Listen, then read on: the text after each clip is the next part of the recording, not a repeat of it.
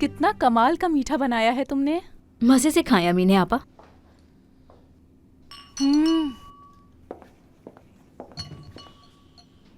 क्या वाकई आपको पसंद आया है? थोड़ा सा खाऊंगी मैं, मीठा छोड़ा हुआ है आजकल, वरना सब खा जाती।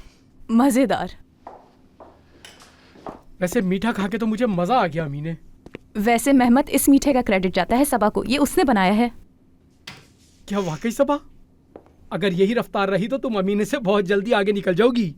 तुम ऐसा क्यों कह रहे हो मेहमत? हाँ, मुझे बुरा लग गया। अरे मजाक कर रहा हूँ।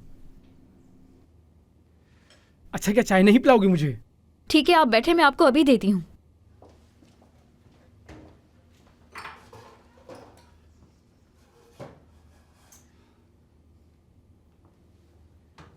वैसे मीठा अच्छा था ना?